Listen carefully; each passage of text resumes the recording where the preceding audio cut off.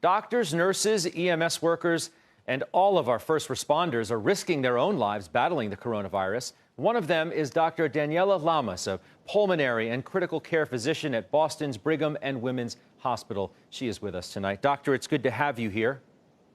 Great to be here. Thank you. The models are suggesting some modestly good news. What is your view tonight from the front lines? Yeah. So I, like everyone, am sort of cautiously heartened by the models that are suggesting perhaps an overall decrease in the number of deaths that we could expect from what was projected earlier. That being said, all of these realities rely on our continuing social distancing, continuing to be rigorous in what we are doing to limit transmission. Here in Boston, we have not yet seen our peak. We're anticipating that within this coming week to 2 weeks. And so we are looking ahead with a sense of anxiety and trying to get prepared. So that's kind of where we are right here. Where are you in terms of your personal protective equipment and ventilators? Yes.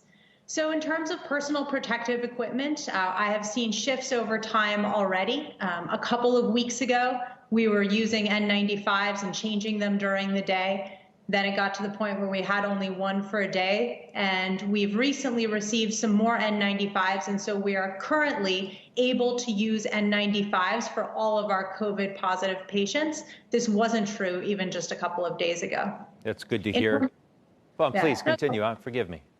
Oh, no, please. I was just saying in terms of ventilators, we are still at a point where we have enough ventilators for the patients who are getting sick enough to get intubated. We're clearly looking ahead toward a reality where that might not be the case, but thankfully we're not there. Thankfully, indeed. Can you comment? There was a story today on Stat News about the possible overuse of ventilators.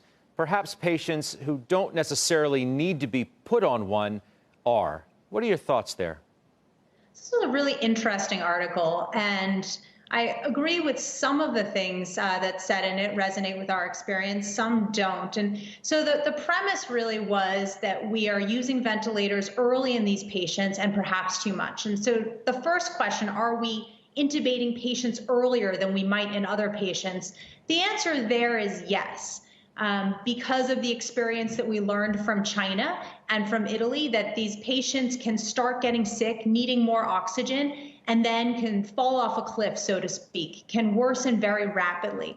And that encouraged us that when we see some of these signs of early worsening, we would intubate instead of doing some mechanisms to stave off intubation, like higher flow oxygen through nose prongs or something that's like a machine that people would use for sleep apnea, CPAP.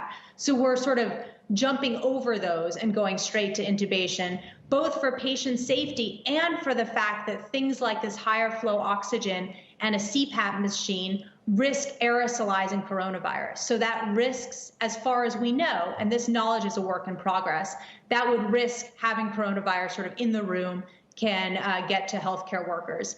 And so for both safety of the patient and safety of the surrounding staff, we're moving to intubation quicker. Is that a mistake, I think, is the next question. We haven't seen patients who get intubated early and then come off the tube in the next few days because it was unnecessary. What we're seeing are that these are patients who are sick and who end up needing the breathing tube for days to even weeks, suggesting that it was necessary, that it was the right call. Our protocols are changing. This is a new disease. Its pathophysiology is something that we are actively working to figure out and to understand. We're doing things differently than we've done for some patients. Patients who are even awake to stave off intubation, we often have them flip onto their stomachs to lie there instead of their backs. Because in many lung diseases, but it seems like in this disease particularly, that helps redistribute blood flow to get a patient more oxygen. So there are things we are doing to stave off intubation. We are still intubating early. That is a work in progress, but I haven't seen patients for whom it seems like that early intubation was unnecessary. It's good to talk to you tonight. Grateful for all that you're doing, that of your colleagues, and send our regards to Dr. Faust as well. We'll talk to you again soon. Thank you.